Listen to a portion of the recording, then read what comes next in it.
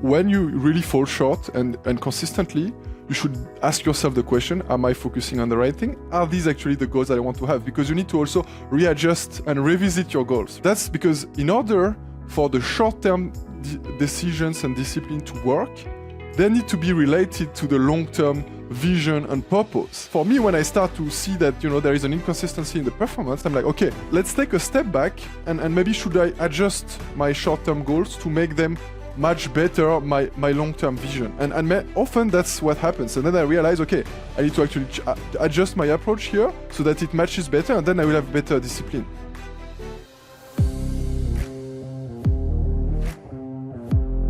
Welcome to another episode of Success with Purpose, where we help mentor you into becoming a more successful version of yourself. We do this through giving you access to mentors you typically would never have the opportunity to connect with. We explore their journeys, their experiences, their life-changing events, their fields of expertise, and most importantly, their purpose. My name is Harry Goldberg, husband to an incredible woman, father of 2 amazing daughters, host, interviewer, and interrogator of this podcast. And now, just before we learn from yet another exceptional guest, if you find value from these conversations, please make sure to like and subscribe below, leave a review. It really does make a difference. And of course, share with someone else who's going to find value. Now, listen in, pay attention, take some notes, enjoy. Let's begin. Welcome, Max. My pleasure, Harry. Thanks for having me. Yeah, my pleasure. Looking forward to this conversation. For the listeners, Max has lived in 12 countries, managed several businesses, including some with 400 plus employees and millions of dollars of revenue. He has written 2 books. Is a Forbes 30 under 30. He was an officer of the French Army. And has co-founded Upworth, which has already raised $1 million of seed capital for growth. So there's a lot there to uncover, and I'm curious about your journey and where you've gotten to. But firstly, how do you define success? That's the $1 million questions, but I think what's important is everyone has their own definition and really take their personal approach to the matter, right? So for me, it has always been around the notion of humanism, really inspired by the Renaissance philosophers and the philosophical stream of humanism. So for me, I would say there are 3 pillars of success. The first one, I like a quote from an Italian philosopher, Giovanni Pico della Mirandela, who said, what is humanism is nothing that is foreign, nothing that is human is foreign to me. And so that's one of the, of my pillar is like, okay, how fully in depth and width do I experience what it is to be human? Whether it is in terms of like languages that I learn, how many languages and different cultures I learned about and I understand and I connect with. Whether it's about spirituality, religions, whether it's about geography, discovering, meeting people. I think that's really a very important pillar for us of how I define success for me. The second one, and which is also part of humanism, which is the Latin expression, right? Mens sana in corpore sano, a healthy mind in a healthy body. So for me, it's about health and all the aspects of health, being physical health, of course, the most commonly thought about, but also mental health, which is often overlooked, and as well as, of course, social health. Meaning, how you are building a social network and interacting with other human beings. And the last one, last but not least, that is the first, hint on the logo on my T-shirt, which is financial health, right? That is also, I think, and it's obviously these different pillars of health are all related, right? So I'm sure we'll speak more about that later. And I think the third and last pillar of my vision of success is like at the end, what's the meaning of life? What do you what's important for me to achieve during my life and how I measure my own successes. And that is about the way I see it, positive impact, positive energy flow. How do I contribute to the world? How I add things to the world in terms of building, whether it's building companies or writing books or helping people. How do I contribute and how I add my part, positive impact on the world. So that's basically at the quite high level, but my vision of success.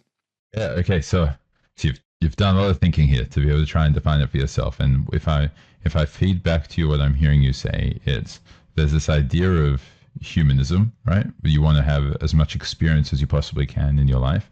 And the more experience you have, then the more depth you have in your life, and the more of a human experience you can actually have.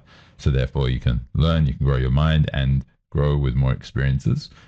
This idea of healthy mind, healthy body, which you then expanded out to, instead of just being about your physical health and your mental health, it's also social health and financial health as well for you. And then finally, you said you got to make sure you have a meaning, and the meaning for you seems to be able to give back or contribute to the world. Exactly. How do you know that you're, if we pick on each of those, how do we know that you're growing your mind and your experience through finding more things that are not foreign to you? How do you know that you're actually doing it? How do you keep track of that? Yes. No, as you mentioned, right? Success, then you need to have the objectives, and then you need to have the metrics, right? And so be able to hold yourself accountable.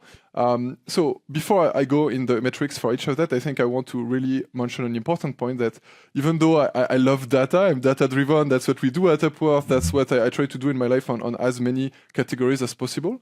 I also think that there is something we should never forget, is that there are some part of really what success is, in my opinion, that will always remain untrackable, or and that we don't want to approach from a data perspective. Maybe things around poetry, beauty, love, by trying to over-analyze it and over-categorize and apply data to it. I think we are killing part of the experience that we could, get from these things. And spirituality being also in this category of maybe having certain things like higher purpose, higher experiences that we want to keep away from this, kind of business approach of tracking and measuring everything. And I think for me, that's an important note that I want to mention before I go into the metrics. And so, speaking of the metrics, if you took the first one, obviously that's, on exploring the depth, the width and depth of human experience, right? Obviously, cool metrics could be, and for me, I've been like, okay, how many languages do you speak others than your own, right? So I speak like Spanish, Portuguese, English, which is not my mother tongue. I'm French initially, Indonesian as well, right? So, and I've learned a little bit of Arabic and Chinese as well. So languages, spirituality, how familiar I am with the faith of millions of people that are coming from different background than me, right? Whether it's I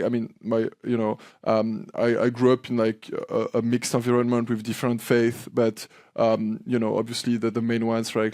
Christianity, Judaism, Islam, Hinduism, Buddhism, all that. How much do I know about that, and how I am able to connect with others on of this faith? Typically, for me, faith or spirituality, there are two aspects to it: the vertical part and the horizontal part, right? So the vertical part obviously is the connection with the divine or the higher being, right? Whatever you want to call it. And the horizontal one is communion and with your fellow humans, right? And you can be, and I have been, in mosques, in churches, in synagogues, in Buddhist temples, and every of this experience bring me a lot in terms of also connection and understanding of the rest of humanity, right? So I think that's another example of measure. Of course, for discovering the world, geography, you can say, okay, how many countries have you been to? How many cities did you visit, right?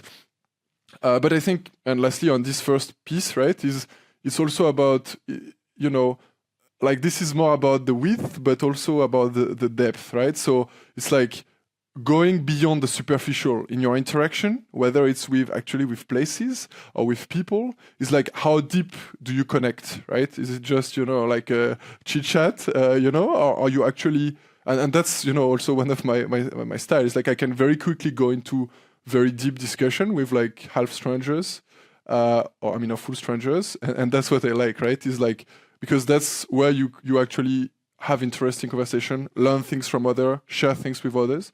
So that's what I love. So that's the first pillar, right? The second pillar about health, obviously each of the four have different metrics.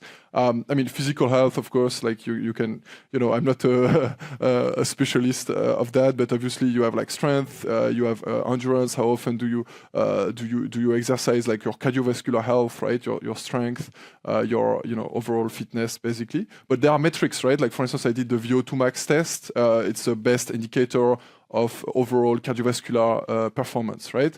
For strength, you can do maybe DEXA scan and measure what's your lean body mass, and what's the percentage of fat, percentage of muscle, for instance, and things like that, right? Moving on to maybe financial, that's what we try to do at Upworth, right? To help people with the overview of their financial health, right? Where do they stand financially? What is their net worth? What is their wealth, meaning all of their assets, all of their liabilities? Where do they stand, and what they can do to improve by asset class, by subcategories? I mean, we can speak of that more in detail later. And then, yeah, I mean, obviously, I mean, social, I think it's about, are you, always alone? And also, for me, in the social health, I put not only online interactions, but also like physical face-to-face interaction. And I think, yeah, that's also different how you engage with people. And I think on the depth side is not only how many people do you meet, obviously, it's only one of the potential indicators, but also, yeah, how deep you go. How you accept to be uncomfortable, to be vulnerable, and to really build connection with others. So that's and mental health as well, right? The last one of the second pillar. Well, I mean that's a whole subject, but I think like the other types of health, what I found like for me that is absolutely crazy is that for me these things are among the most important things in life, and you almost don't cover any of it, whether it's at school. Or at university, even so you need to learn by yourself and expose yourself to these subjects, and the earlier you do it, the earlier the best it is, right? Whether it's actually financial health, about investment, and the best time to invest is always yesterday, right? And also, I mean, same I guess for mental health and the other types of health. And finally, the last one, positive energy contribution.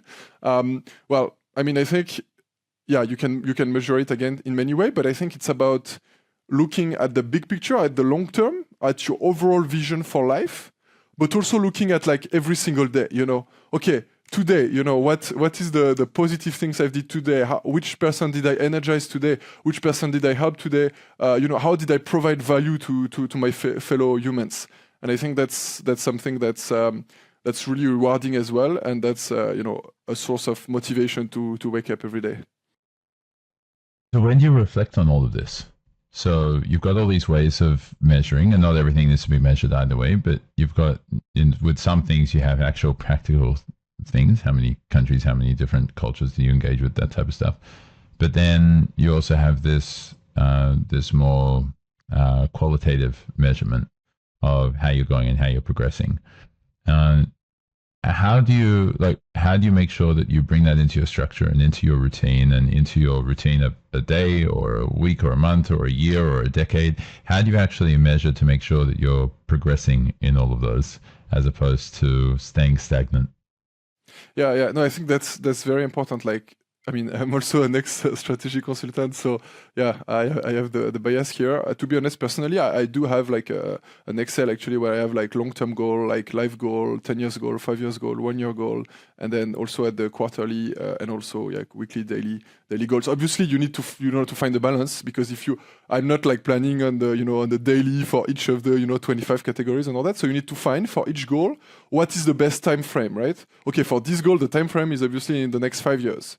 But for this goal is actually every day, right? So you need to also adjust per category. So you have maybe, depending on you, maybe you have like 10 to 20 categories, right? And then for each one, okay, what is the right timeline? Is it daily or yearly or more? And I think what's important is that have a few that you can relate with on a daily basis, on a weekly basis, and then some that are more the big picture that drive your overall direction and purpose. What do you mean by categories? Like, so for instance, right, like financial health, mental health, social health, and like, and then you have categories, subcategories, and etc. Yeah. Right? Okay, so you got subcategories within each of those, and then you got certain goals within each of those subcategories. Yeah, exactly. Yeah, okay. At different time frame. Yeah, okay. And how often do you reflect on that or look back at it? Well, I mean, so I think like, again, like the long-term ones, I think, every few months probably, or because quarterly, I would say quarterly for the, really like strategy at the strategic level, big picture level. But then obviously I have like, including like for work, or I have like daily things I want to achieve during the day, and weekly. I mean, I work a lot on daily and weekly. for that. I think it's really important because to know like every day and every week what is your focus and what is your priority, and there you don't want to have too many things, but you want to have the right things and make sure that you are actually achieving on those things. Okay, because that might be the answer to the next question I was going to ask, which is how do you make sure that, like, a lot of people have tried things like this, right? They start their day, they've got the 3 things they need to do that day, or what are the things which I need to achieve, or reviewing their to-do list or whatever it is, and they know what they want, and usually instead of every few months for the big picture thing, they wait till their birthday, or they wait till New Year's or something like that, and to kind of do those reflections. But how consistent have you found yourself in reflecting on it and then taking action towards those as well? Yeah. Look, I mean, I think that, I'm not like everyone. Yeah, I'm not perfect, right? And indeed, as you mentioned, sometimes you have certain events in your life that act as reminders, and then you take the benefit of them to actually, come back to it, right? As you mentioned, like key events like birthdays or New Year. I mean, big fan of New Year's resolution as well. So this helps, right? But definitely, I think it's not about, punishing yourself for not, being disciplined enough, but more about, whenever you spot yourself and you see, okay, this time I didn't deliver on what I was committed to deliver, then, you come back to it. So it's more like the positive, approach to it. But indeed, like, I mean, I think life and success, life in general and success is pretty much, I mean, the difference for me, my perception, right? The difference between people is not so much about intelligence. I mean, you can see the curve of intelligence, like most people, like, Obama was 130 at the IQ test, right? That's, 4 or 5% of the population. It's a huge amount, but there is only one president of the US, right? So it's obviously there is always the luck factor and you cannot deny it, but there is also, I think, the main difference between humans, and especially when it comes to success. I am really, really convinced that it's about discipline and consistency and having the right habits and being holding yourself accountable on a regular basis. And of course, the more regular, the better. And how do you do that? And for a lot of people, they find they've got these things they really want to do and they want to stay disciplined towards it, but then they find that they fall short of it, or they find that they end up it's just too hard to continue doing that or committing to it. What do you do when you fall short? Yeah, I mean, I do. First of all, of course, I do fall short like everyone, right? But I think it's also fine, right? I think when you really fall short and consistently, you should ask yourself the question: am I focusing on the right thing? Are these actually the goals that I want to have? Because you need to also readjust and revisit your goals, right? So that's because in order for the short-term decisions and discipline to work, they need to be related to the long-term vision and purpose. And very often what happens is that you still have this discipline, these objectives in the short term that are still there as of like inertia from having decided on them earlier, but they are not really anymore matching with your long-term vision, your long-term dreams and your goals. And that creates a situation in which you are much more likely to basically fail to achieve this in the short term. So it's, for me, when I start to see that, there is an inconsistency in the performance, I'm like, okay, let's take a step back. Is there a reason? And maybe should I adjust my short-term goals to make them much better my long-term vision? And often that's what happens. And then I realize, okay, I need to actually adjust my approach here so that it matches better, and then I will have better discipline. Because I think you can turn, interestingly, discipline into a craving, right? That's what I found very powerful. Like many people, they will have like sugar cravings, right? Oh, I need an ice cream. Oh, I need to drink, a beer or something, right? And then they feel obviously relieved when they succumb to the craving, right? And what I've really realized and discovered, I found very powerful, is that you can make discipline a craving. I will take an example. Like, for instance, I came to Australia. In Australia, like there is a lot of drinking culture that is pretty hardcore. I was like, okay, and I found myself, okay, here it's not good for my, health, right? Like physical health, right? And so I'm like, okay, I'm just gonna do a dry 2024. Not gonna drink anything in 24. Let's see how it goes. And actually, I find a reward, just like when you have a craving, you take something and then you have the sugar rush, for instance, right? And that's the reward for of your craving. But when you have a craving that is, so when you have discipline, you have a reward from achieving your discipline. So every time I meet people and they are drinking and I'm not drinking and I'm having a great time with them because I don't need alcohol anyway to have fun, I produce my ethanol in my brain. That's what I say usually when people ask me. And it's like, I have the same sugar rush, if you want. I have the sugar rush of telling myself, once again, I did it. I am achieving, and I am achieving the discipline that I wanted for myself, and that's really rewarding. In the same way that it's maybe rewarding when you have the sugar rush from taking an ice cream. So I think that's super powerful because you basically leverage this kind of lower urges that you have, but leverage it for a higher good because you turn it upside down if you want.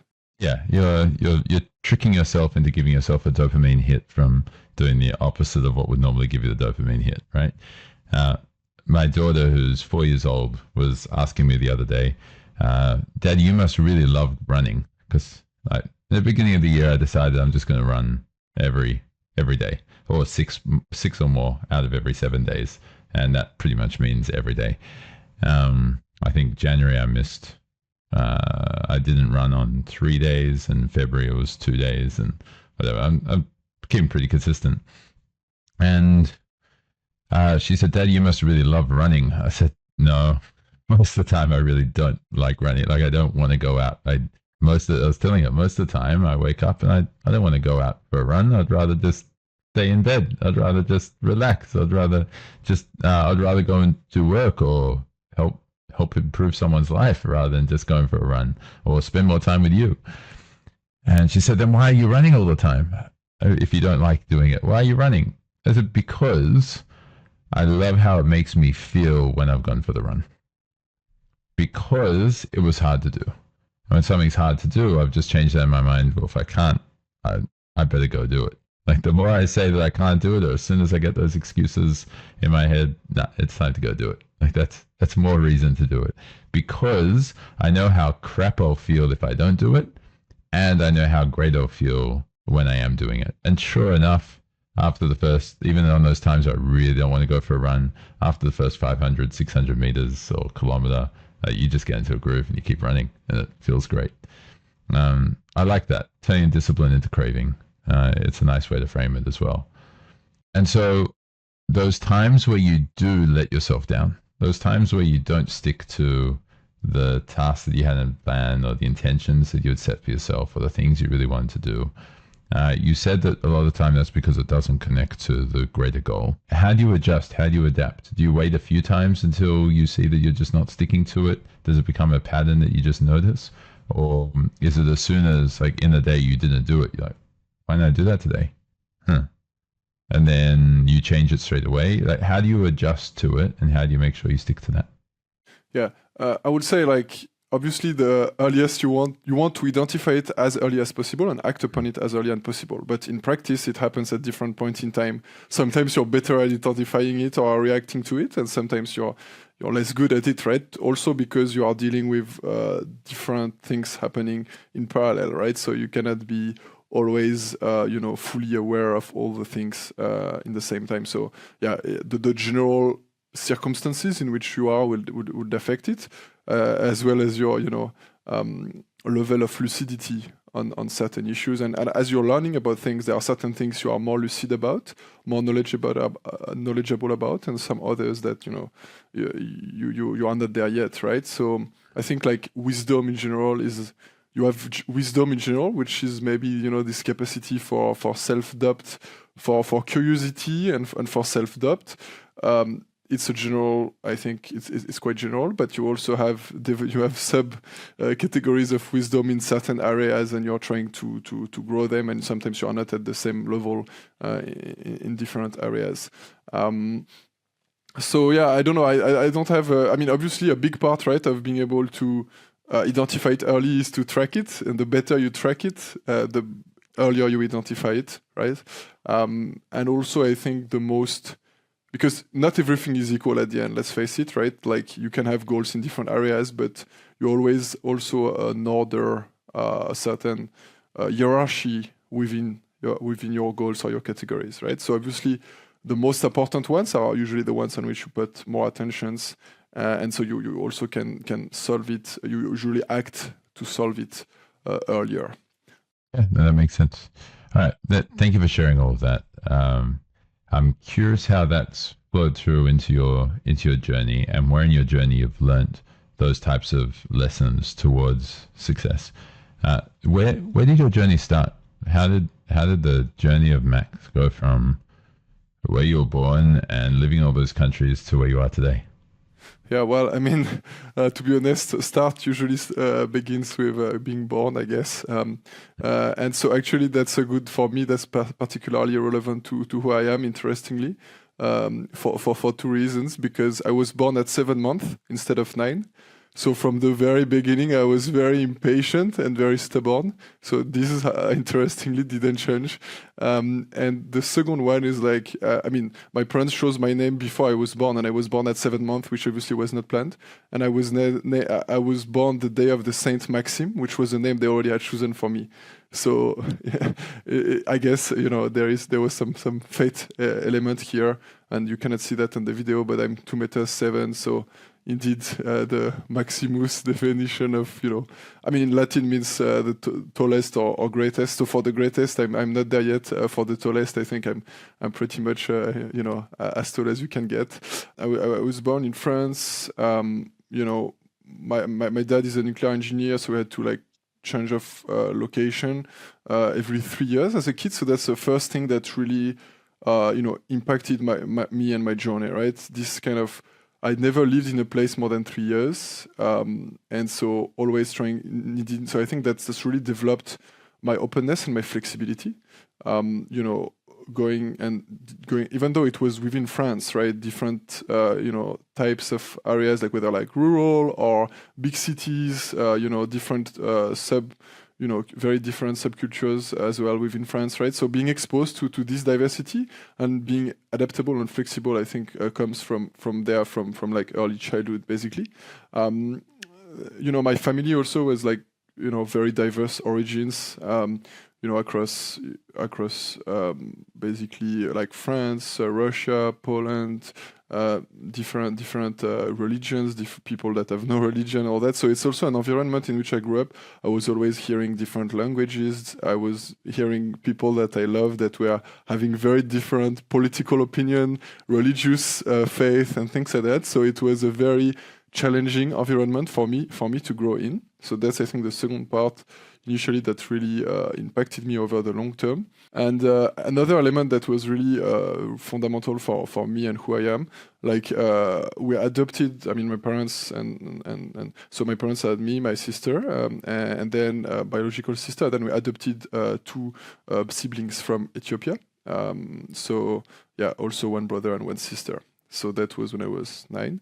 And so that also really played a huge part in my philosophy and in my life in many ways. But if we relate it to success, I think that was really, of course, the first response was I was super happy to have new siblings, brother to play with, and welcome them and doing things with them. And I think developed also the social muscle, right, early on. But I think from a success perspective, it's also told me something super powerful, is that life is basically your choice and your decision. Even family, that some people think in a very deterministic term of, it's biological and all that. For me, very early on, family is not at all about biology, right? Because my 100%, 120% siblings are actually, not biological siblings. And they are, full family and full siblings, of course. And so very early on, it's okay, even family is actually a choice. Right? And so everything in life is a choice. You can build your own life. You can shape your life. You write the on the page. You are not determined by your past. You are determined by your vision, where you want to go and what you want to build for yourself and the people around you. So I think that was really powerful. And also contributed again to this kind of openness to the world and curiosity on other cultures and faith and etc. Right? And then, I mean, I think that was really the key in my childhood. Keep moving around, and then I think after that was going to uni and being in this very. My first degree is a master from Sciences Po in France, so rank second in the world in like political science and other social sciences in the Shanghai ranking. And meeting a lot of people from all around the world. And the philosophy of Sciences Po is really about, teaching you to learn and to think like many different professionals. So it's very open in terms of subjects. You do like economics, you do law, you do history, you do sociology, you do political science. So you do many subjects, but you don't do these subjects to become the expert on this subject. You don't like write, 200 pages essays on something. On the contrary, you do short. Okay, you do presentations, you do like short essays, and you read, different articles, different thinkers. So it was really amazing for me to learn to think like an economist, like a lawyer, like a politician, and that proved like super helpful as well for me for my future career. How so? How is that more beneficial to you than diving into, say, 2 or 3 topics and being really disciplined in those 2 or 3 topics? How did you find that as more beneficial? Well, I think it's all about the choices that you made and what's your personality and what you want to build, right? Obviously, I'm not saying like some super expert in one specific domain are amazing and are enjoying that. I think it's also about, personality and what you want to do with your life, right? So if you want to be an expert and you have the type of personality, you want to deep dive on something your entire life and be the world specialist on photon, then like go for it, right? But for me, my personality has always been, a little... ADHD spectrum, right? Of like, being super curious, being super eclectic, wanting to learn about everything. And obviously, so as a consequence, that led me to the studies and also the career where I could develop that. So typically, like strategic consulting and then startups, entrepreneurship, where you have to always think like your clients, like your employees, like your suppliers and your investors and all that, right? You always have to do this constant juggling of being different people, thinking like different people, in order to succeed, in my opinion, right? So that's why it was helpful, and it was also basically matching my if you remember, right, like my higher purpose and the meaning that I found in success, which was in this as well, right, in this understanding of the human experience, right? So it was giving me access to understanding of different ways to see the world. So I found it very enlightening. And even though after I did like an MBA and I have a business degree, I found that my previous studies around these subjects was really helpful to always try to have the big picture, to always question, challenge things, and not stick to, okay, there is just one way to do that and that's the way, right? Which is, I think, very bad for entrepreneurship. Might be good when you're an expert of, how to do a surgery of the heart. Probably there is one best way and stick to it, right? I appreciate you sharing that, because a lot of people tend to get into that sort of trap where they learn one thing really well and they just know how to do that. And because they've learned how to do that really well, they're nowhere near as creative as they would be if they had learned completely different things.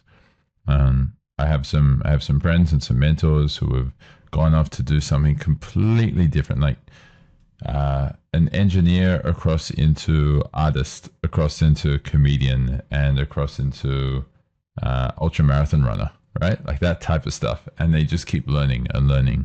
And at the same time, there are people who have done that really well without so much variety, but they've just done it in their careers. They get to a point where they've done really well in one particular area of their career, say engineering, and they've done really well there, and they realize that they're not going to want to do that for the rest of their lives. And so they're adaptable enough to be able to adjust and say, great, I want to move into, say, the finance realm of construction and go that path instead. And there are plenty of examples of this. But what you're saying is, or what I entirely agree with you, is that it depends on personality, and it also depends on what you really want and how growth focused you are. And so you don't need to become knowledgeable about everything in your life. You just got to be knowledgeable enough about the areas that you actually want to really be spending your time. And just like you said, you went and did your MBA, you went and learned about business, you decided entrepreneurship and finance is ultimately where it's at and where you want to focus. And so you put more of your effort into there to become more disciplined in that area rather than just trying to synthesize or create from scratch. You're able to synthesize from something where you're a lot more disciplined, but to be able to be more creative and think outside the box. So I really like that. Yeah, I think, and a quick note on what you just said, I totally agree. Like, the thing is, like, problem solving benefits from indeed having seen different things, being exposed to different things. So, and you've seen it, right? Like, across science and other subjects, like, many discoveries were made by analogy of fields that were totally different, right? And how, for instance, like, physical science was used in sociology, in economics, right? Physics, for instance, right? So that's what it brings you. It brings you a set of tools from different places that you can use to solve problem, even if it's like in a new, like, let's say, in industry. And what I've really learned is that, attitude beats, attitude, it's experience for breakfast in most cases, except in the case of very, very specific skills, like, okay, a quantum physician, right? Quantum scientist, okay, you need to be super expert on a very specific thing. But in the business world, right? I've seen it again and again in different industries, in different startups that I was running when I was hiring people and all that. It's like the people that, I mean, obviously you have good people that have a long experience in the industry, but usually they tend to have a lower growth mindset because they didn't reinvent themselves, and they tend to be more stuck to the ways it has been. So if you want to go, especially as a startup, disrupt an industry, actually hiring people that come from other industries has proven to be super efficient, people with the right attitude and that were really willing to learn and apply their learning to this new industry and doing things in order to solve problems and not in order to just do whatever should be done is the way, because society changed, people changed, industries change. So you need to always be on top of this change and to anticipate and respond to those changes in a fast manner. And being able to jump from industries to industries or from different experiences, I think helps for that. Reminded of a story. I don't remember where I first heard it, or where I heard it at all. Actually, by the way, I'm reminded of the story. And there was this person who, this woman who went up to, she found herself cutting off the ends of the chicken to put it into the oven to be able to cook it. And she finally thought, why am I cutting off the ends of the chicken? Like, why am I doing that? So she went and she realized it's because she's always seen her mum do it. So she goes and asks her mum, why did you always cut off the ends of that? I know, I always saw my mother do it. Your grandmother do it. Like, okay, why have you been, goes to her grandmother, why have you been doing that? And she said, I know, I've always seen my mother do it. And fortunately, this woman was young enough to still be able to know her great grandmother. Went up to her and said, why are you always cutting off the ends of the chicken? And he said, well, back when ovens were a relatively new thing, they were a lot smaller. And so you needed to make it smaller in order to be able to fit the food inside. And so that's why I was always cutting off the end of it. And so something which is completely irrelevant now today is something that you're still doing because that's just the way that it's always done. And it's important to be able to reflect on, are the constraints of when this was learned and when this became something that everyone was doing, are those constraints that made it the way that's being done still the way that we should be doing it today? And if they're not, then find a new way to do it. Perfectly summed up. So I like that. Okay, what happened after university? Was military before or after uni? So basically, I did my 2 first years in Paris in Sciences Po. Then my 3rd year, you need to do it abroad. So I did it in the University of Chicago, in the US. Was a great experience. Also learning different ways to see things, different university system and etc. And actually, I had the chance as well to go during the summer for two months with a grant to study indigenous culture in the Peruvian Amazon. So that was also a very transformative time at 19. going by myself for 2 months there and doing a study on indigenous culture, visiting communities there and things like that really opened my eyes also in many ways on, different, first time I was going to like an emerging country and all the challenges that were there, and, a different way to live, to live a life, I would say, and especially right in the Amazon is like very remote communities, maybe like, a different connection with nature, for instance. And yeah, I mean, a lot of things to say about that, but I think in terms of success, like in the way it relates to success is like I think it makes you relativize a lot of things, and I think being able to put things in perspective in your own life is really important for success, and also the way you see success and the way you also adjust your trajectory as you go, and I think having a positive mindset also of what is the range of possible outcome, and what are the possible outcomes for you in the specific endeavor that you are in. So that was really transformational. And then after that, I so that's where in master I did this program. I applied to this program to join the officer school in France, like the French Sandhurst or West Point. And I think that was also a key moment in my life, and especially related to success. Why? So basically, I've always been a very eccentric and very creative guy, right? Especially, and including the consequence of it, which is not good with authority. Very little respect for authority in a sense. Let's join the army. Yeah, so in a way perceived as undisciplined in terms of like actually at least outward discipline. So many of my friends were like, oh, you will never be taken, or you will never last 5 days, and these kind of things, right? And they were meaning well, I guess. And so I ended up doing the entire 6-month program, becoming a lieutenant in the French army, having among the best grades in the officer school, and most importantly, I actually enjoyed it a lot.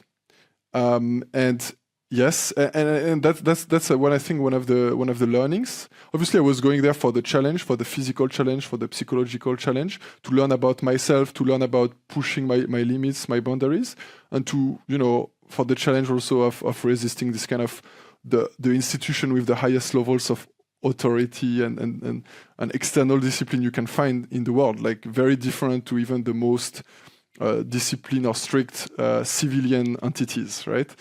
So that was really interesting, and that's what really made me realize that maybe success is about being able to think like to be like an artist, to be creative, to be bold, to do things differently, than others and than mainstream ways to do things, and on top of that, to bring it together with having a ruthless discipline of a soldier.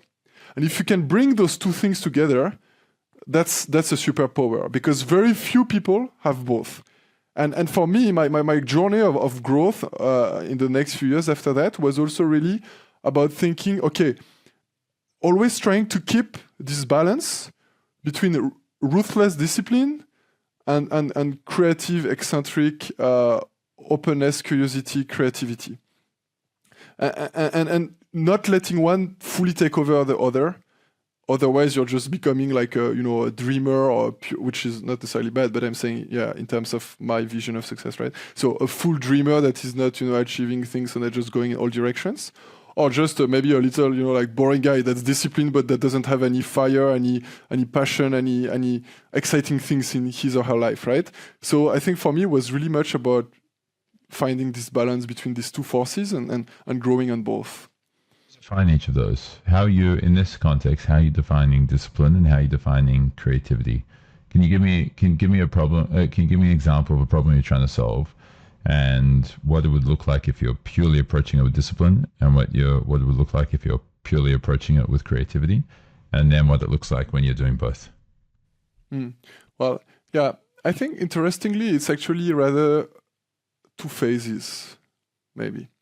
The thing is, if you are fully disciplined in the problem, in the understanding of the problem, in the thinking about possible solution, it will be very hard.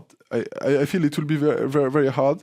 because you're just applying like a system of rules, and that's not the way reality is, right? There is a lot of a lot of things in life that are illogical, that are irrational, that are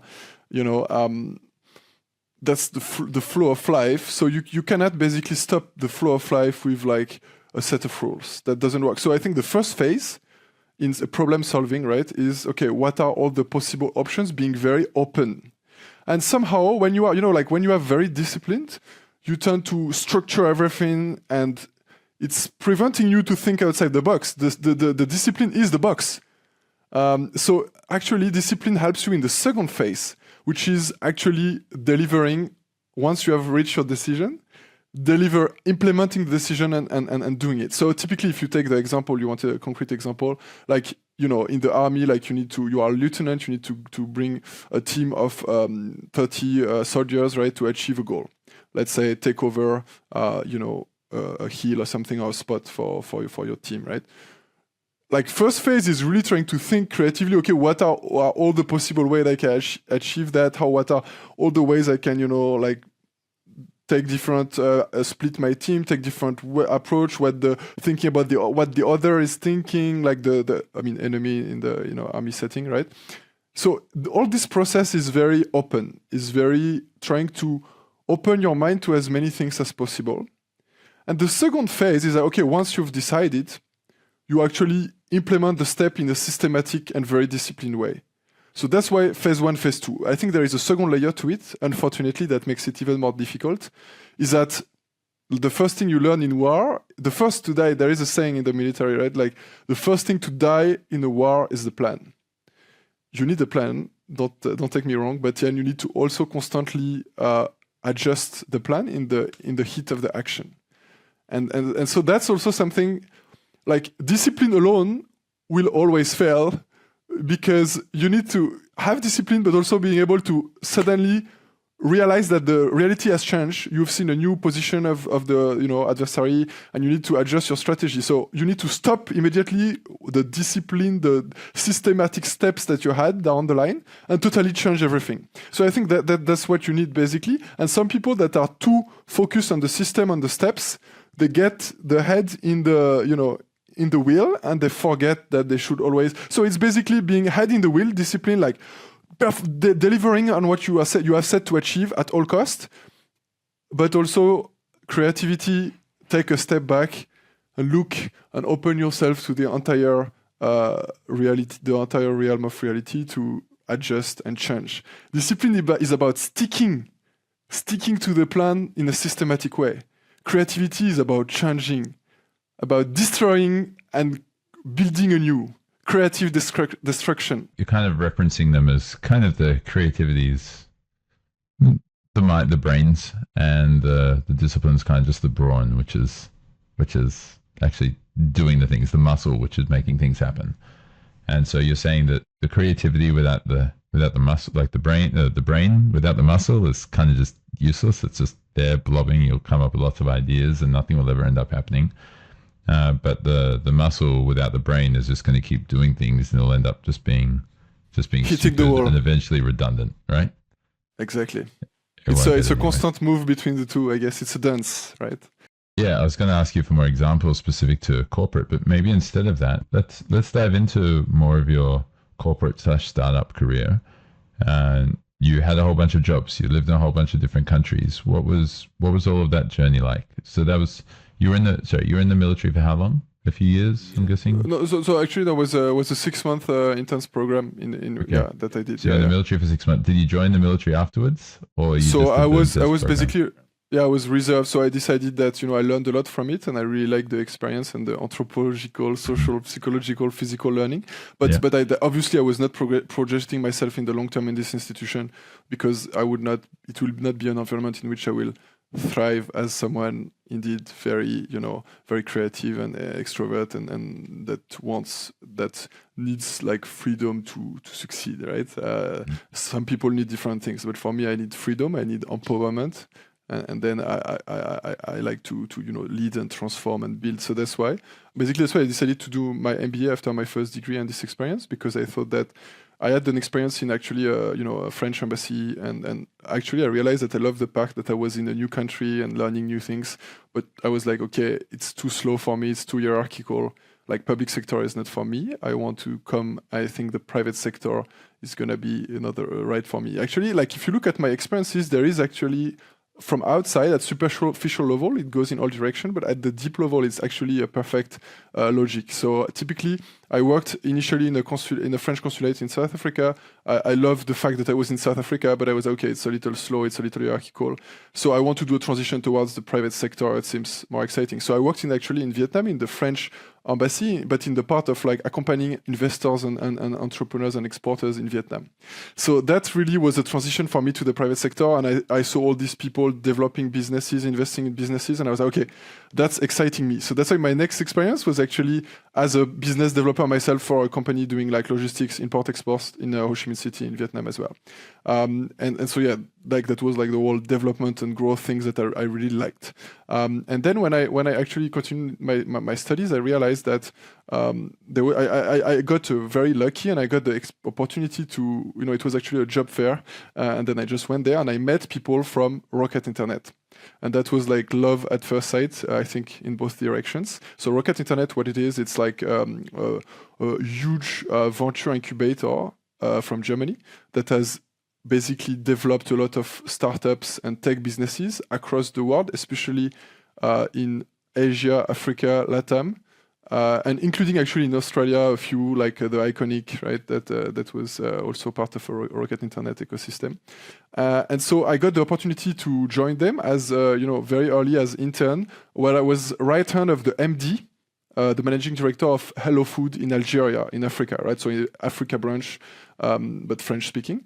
And that was really an amazing experience. I was seeing a company grow super fast. So Jumia Food was basically the equivalent of Uber Eats for Africa. It's actually now listed on the NASDAQ and in like 40 plus African countries. But anyway, so this was my first experience as an intern, basically right hand of the MD. So I was basically following the MD, shadowing the MD, and helping him with all types of tasks, whether it's like marketing, operations, tech, all the finance, like all the things to make the business grow and move forward, right? So I just absolutely loved it. And then I tried to understand, okay, how I can basically get into this kind of environment, startup environment, very young, very dynamic, a lot of people with growth mindset, actual growth on the ground. So what are these people? Like the best way, right, where you want to go somewhere is like, okay, look at the people that are already there and then what did they do, right? So actually a lot of people had background in private equity or, private equity or VC and strategy consulting as well. So when I did my MBA to like reinforce my understanding of the business world, because my previous studies were not related to business, right? I tried first of all to go into private equity. So I worked with a private equity mid-cap fund in Ivory Coast, West Africa. And after graduation from the MBA, guess what? I went into strategy consulting. And I was like, okay, with this private equity strategy consulting background, whenever I can, I'm gonna, apply and try to join a fast-growing startup and to try to come as MD and grow their businesses. So I was in Casablanca, in Morocco, for Roland Berger and Strategy, like two strategy consulting firms, and I was always looking at, okay, what are the opportunities to come back in the startup world? And I applied to a job as MD of Rocket Internet Venture in Malaysia. Called Zen Room, so it was like disrupting the hospitality sector in Southeast Asia, and I got the opportunity, and so I went there, and after that obviously, so it grew very fast. We grew the team, we grew the business, was really exhilarating, and then COVID happens, right?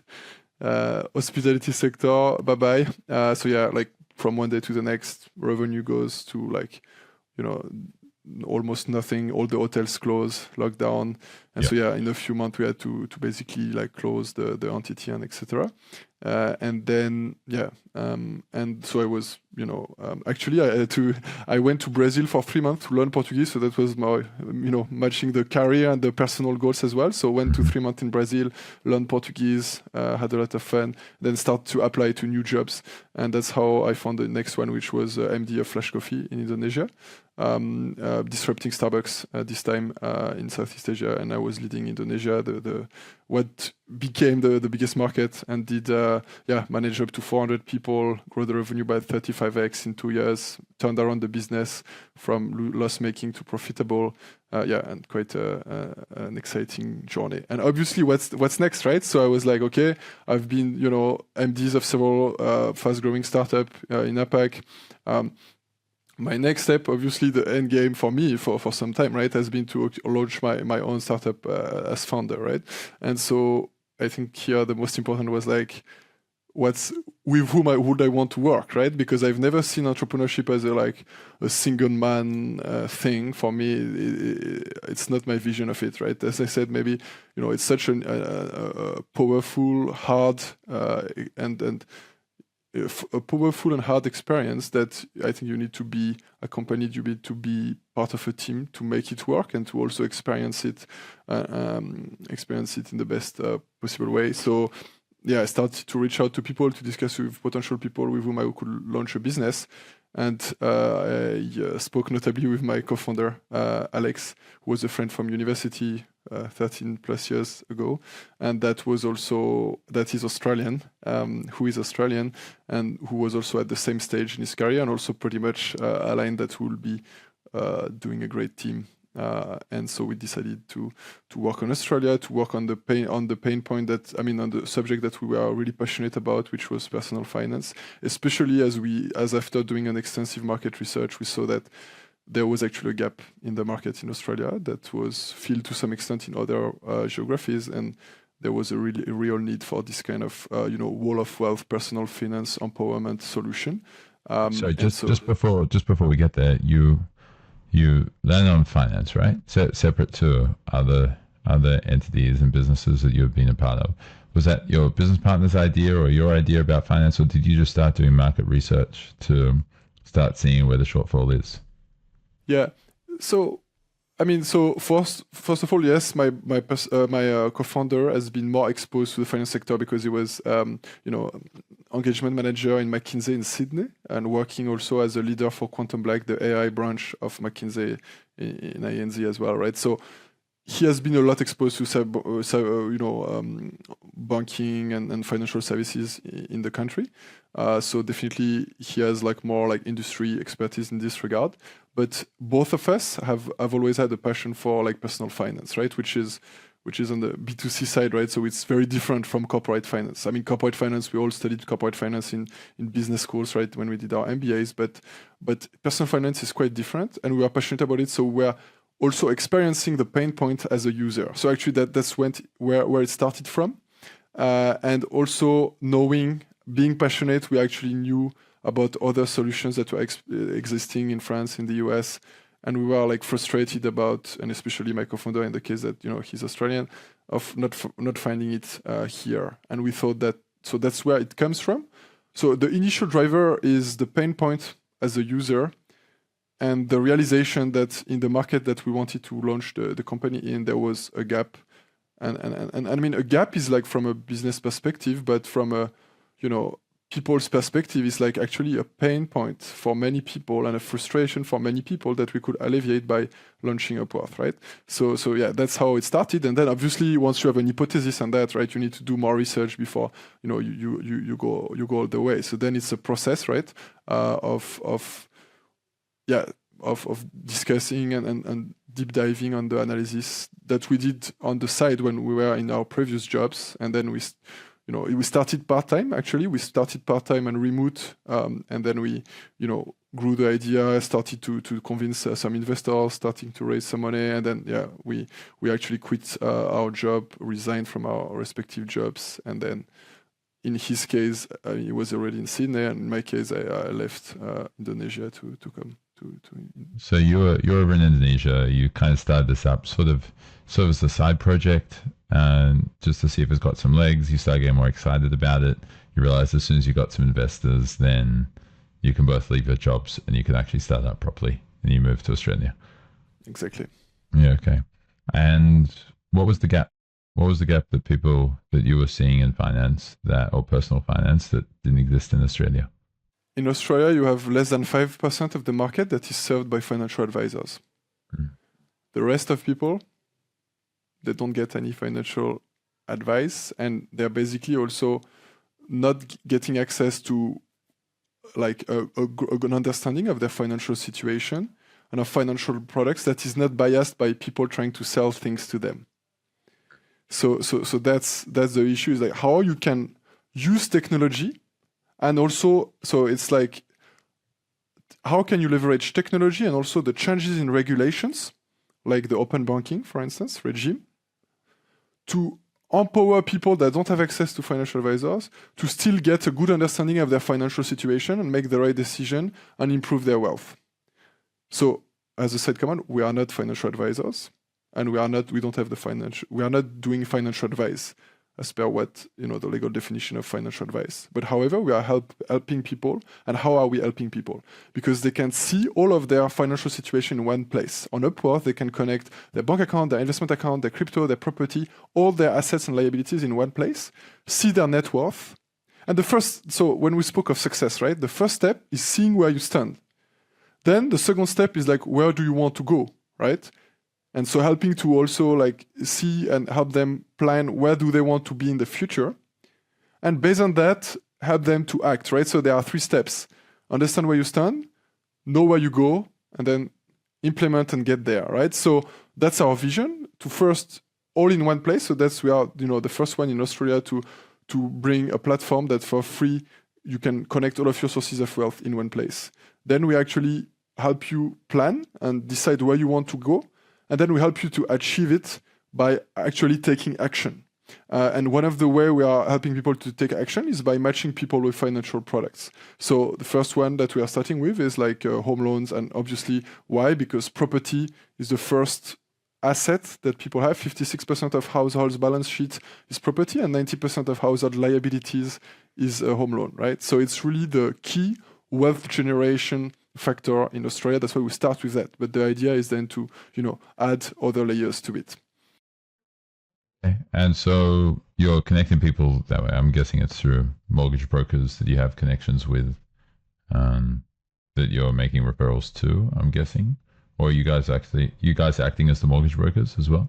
Yes, correct. So that's why we are able to, give getting the best possible experience, digital experience for our users. We are actually, as a company, Upworth, and also both my co-founder and I, certified mortgage brokers in Australia, on top of the platform that we have and that people can use for free, right?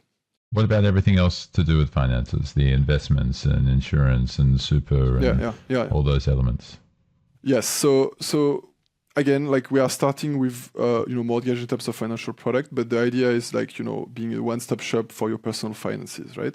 And what is already there in the product, of course, you cannot do everything at once or all at once, right? So, but this is already on the tracking side, on the all of wealth in one place, on having access to your situation and what are the key metrics of your performance on each asset class. We already have it on Upworth. So you can already go connect your superannuation, connect your bank account, connect your investment account, connect your property, your mortgage, and see the key metrics, right, per asset class. So for instance, for property, you will see, okay, you connect the things, you enter the data, okay, this is your, let's say you have 3 properties. For each property, what's your gross, let's say you are doing rental properties, right? So what is your gross yield, what is your net yield, what is your capital gains, and for each property in aggregate and all that. So we give you the key metrics for each asset class to see where you stand, see your performance, and the evolution of your performance throughout time, right? That's what is already available right now in the product. But indeed, in terms of, adding other financial product, helping people with other financial product, that will be down the line, as we cannot do everything at once, but that's definitely part of the end vision. That's part of the plan, part of the vision. Cool. What have been some of the key hiccups that you faced and some of the key challenges you faced while growing it? And how long ago did you start, by the way? Yeah, so basically we started like part-time to like, think about it and all that January 22. Okay. Sorry, January 23. Okay. January 23. Okay. January 23. Then, then we were part-time for the first until May 23, in which we all went full-time. And I came to Australia, and we have launched the product in mid-November. So the free platform and all the digital home loan journey as well. And so now we are like basically we have around 1 year of runway to make things happen in terms of growing further the user base, increasing, having a proper commercial traction, and raising a new round with VCs within the next 12 months. Okay, because you've done your seed. I'm guessing the next one you're going to be aiming for Series A. I would call the first round the pre-seed actually, because why? Because I mean there are always discussions and potential debates on what's the name of each round, but why pre-seed? Because usually seed is when you already have the product, and in this case the 1 million AUD that we raise, we raise it pre-product, meaning we raised it on the team on the pitch deck. We didn't have the product, and people backed us before the product. Yeah. Okay. Yeah, cool, exciting. So everything sounds like for you is directed into Upworth, is directed into this project, and that's an interesting perspective of yours. That's an interesting perspective to have in your life and your approach and your focus. You haven't bugged down in a particular city.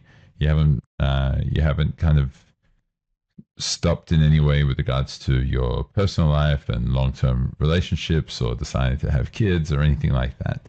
And that's kind of all pushed down the line a little bit, so you can focus all of your energy, and I guess that's the discipline side, and just where your mindset is on what you're looking at right now. In terms of, so we've spoken about what the future of Upworth will hopefully look like. What about the future of Max? What does your future look like? Well, as always, it's you have your different scenarios, but well, I mean, right now, indeed, like my future is pretty much linked with the success of Upworth.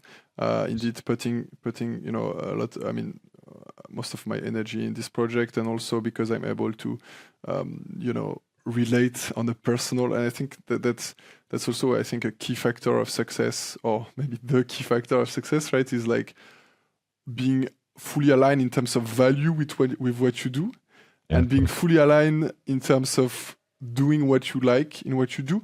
I'm not saying you cannot like everything. Obviously, you always have to do things that you don't like. That's part of being an adult and being living life, right? But what I'm saying is, like, overall, in general, you do things that you enjoy doing, and it's helping you achieving your goal. So there's nothing more powerful than that, because when you love something, when you're passionate about something at the higher purpose level, as well as on the kind of day-to-day level, then you are a force to be reckoned with, right? Because there are not so many things. You, right? You'll keep exactly. It's energizing for me, and I am, expressing this energy as well into the world in a relatively, in a powerful way. So that's really definitely something I'm really happy about. But of course, look, I mean, as you mentioned, right, life has its different phases, and obviously, like, probably like in 20 or 30 years, we'll not be in Upworth.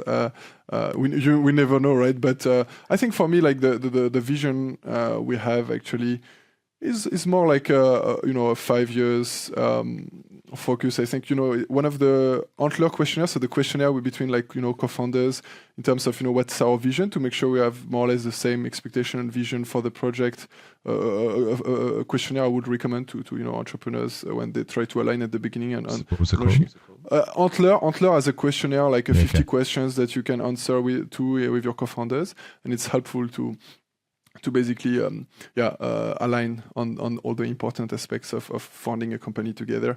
And in terms of time horizon is one of them, right? So I think the idea for us is for the next 5 years we are pretty much committed to obviously, like, we'll need to keep moving and keep getting success and fundraise and growth and all that, but that's a little our vision, that we think it's a relatively interesting time frame to grow the business, bring a maximum value for users in Australia and beyond, and then potentially consider an exit around this time frame.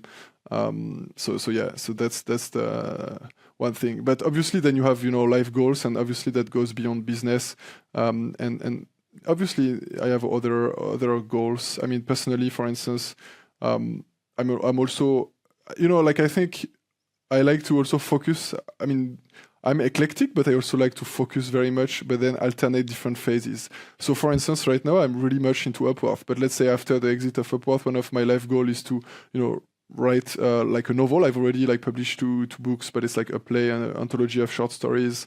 And I have, some vision of writing a few novels that I can focus on later down in my life, right? I also want to contribute. I think, business is a great way for me to contribute, but I have always had this vision of contributing as well on the kind of philanthropy / non-profit side of things. So I've already done a few projects. Like when I was in Morocco in consulting, I actually launched my own short story contest for young Moroccans.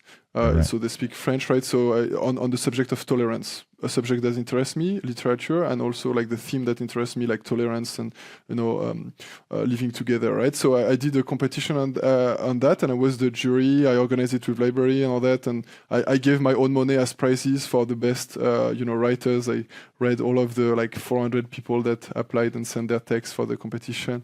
So that was an example of already trying to bring value. I also worked in a NGO helping kids with diabetes type 1 in the Dominican Republic during one of the summer when I was studying in the US. So I've tried to consistently still try to keep the connection with this kind of giving back and providing value. And so in the long term, this is also something I want to focus more as well on, especially on the side I'm pretty passionate about, which is cosmopolitanism and education, right? How through education, obviously Upworth as a for-profit business is also pretty much focusing on financial literacy and helping people to empower people on the financial, personal finance side of things.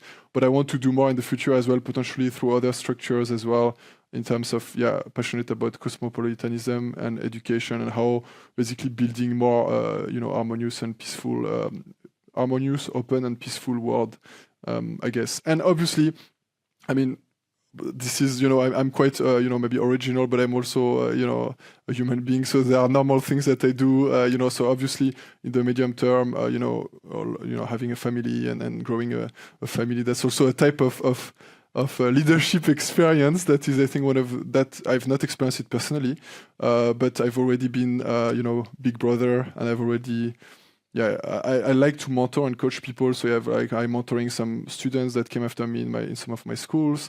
I was also mentor of some entrepreneurs in Indonesia that I keep, helping and coaching. So the whole, sharing, teaching, sharing, empowering, coaching people, I've always passionated me, and obviously I think 10x, right, when it comes to growing a family, and I think that's definitely something that I'm looking forward to as well. I'll just share the key theme which I've heard from this conversation, and then I'll allow you to expand on it and just share any further messages which you have to share just before we wrap up. But there's this idea that in order to be successful in your life, you've got to look at lots of different areas. You've got to make sure that you're creative. You've got to be able to, in many sense, measure. It doesn't have to be quantitative all the time, but it can be qualitatively measure. How am I progressing in all these different areas, and how am I making sure that I'm enjoying my life and contributing towards others and contributing towards my future as well as to my today. And you shared how you've done that in lots of your roles. You've shared why you're doing that in Upworth now and some of the things you hope to do in the future as well. And that the balance for you throughout especially what you've learned since the military, is that there's this balance between creativity and discipline. And you've found that one of the keys for you is just make sure that discipline is rewarding for you, as in discipline is the dopamine hit that you want. So you called it sugar rush. That discipline gives you the thing that you really want from the other thing that you were going to do either way. But the only difference is it's actually improved your life. And that discipline's essential to be able to implement whatever your creative mind has come up with. And so you need your creativity to be able to then be disciplined, and you need your creativity to, as you said, sit back and look at the big picture to then be able to dive in deeper again. And that's kind of been the core message that I've heard from you sharing your life message. Is there anything which you want to correct about that, or add to, or subtract from? Yeah, no, I think you summed it up very well. Thanks for that. I don't have anything to correct on that, but yeah, happy to add something. I mean, one of the quotes that I like from a French, philosopher and poet is, impose your luck, hold your happiness, and go towards your risk. By watching you, they will get used to it. And so I think that's really summing up a lot of very important things for success. The first one, impose your luck, is like, you will try very hard. I mean, it's basically hustle, right? You will try very hard, you will fail 100 times. The 101st time you will make it, and people will say, oh, that's luck. But you know what it is, right? Yeah. Impose your luck. If you try hard enough, if you keep pushing, and you will basically make luck happen. Luck happens, but you need to trigger it in order for it to happen. Sure. The second one is hold your happiness. Like around trying to always have a lucid view on what makes you happy. I think personally it's like alignment with your values, alignment with your personality and who you are, and hold it tight. And always, we need to not forget something, right? Is that when you speak about success and life, it's not only about the end, right? What's the end of life is death. So it's about the journey, right? It's about how do you enjoy the journey, make the journey great for you, for others, how you contribute during your journey, right? So hold your happiness. No point, pushing and hustling only if you're doing something that against your value, against what makes you happy, right? You're basically shooting, in your foot or whatever part of the body you're shooting yourself at, right? Second point. And third point, go towards your risk. Be uncomfortable. Every day, that's one of my routines actually. How am I going to be uncomfortable today? Like 99% of people, they most of the things they do is like, oh, how I can avoid uncomfort in any possible way at any possible cost. I'm exaggerating, but that's, how you differentiate yourself from others in the terms of success. Be uncomfortable. Accept vulnerability. Accept to be uncomfortable. Better, make it a discipline and a habit to feel uncomfortable, to put yourself in uncomfortable situation. That's where you will learn the most. That's where you will grow the most. And that's where you will connect with others the most. So go towards your risk. If you don't, like you need a certain degree of appetite for risk in your life. People have different appetites, but if you have no appetite, you just stay in your room, do nothing, and just you're like a dead. You are a live body, but a dead mind in a body, right? So being alive is going towards your risk.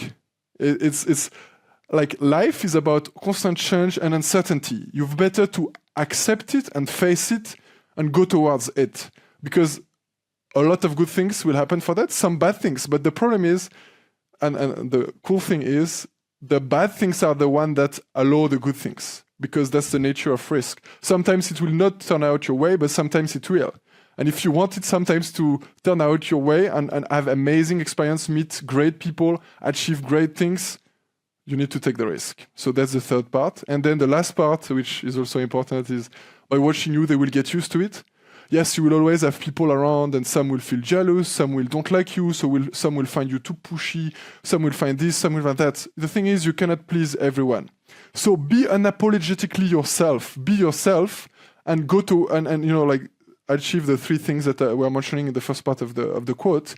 Because at the end, you cannot please everyone. Some people will don't like you, but the people that will like you, the people that will go with you, the people that will accompany you, they will accompany you and they will support you for the right reason, because they know your true self and they like who you really are versus an image that you want to project in the world of what you are, but that is actually so different from who you really are. So be yourself in doing all of this, and be focused on bringing positive impact, and you will don't think too much about or overthink about how people will think about it. If you do the right thing, the right people at least will connect and support you in your journey towards success.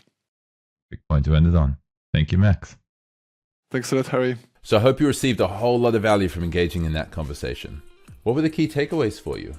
What can you schedule in your life right now to make sure that the time you just invested into listening to this exceptional conversation with this amazing mentor and this amazing individual is time that wasn't misused, but was time that you've allocated properly to enhancing your life and improving it? Whatever it is, schedule it now, practice it now. Be the successful person you're meant to be. Live with purpose.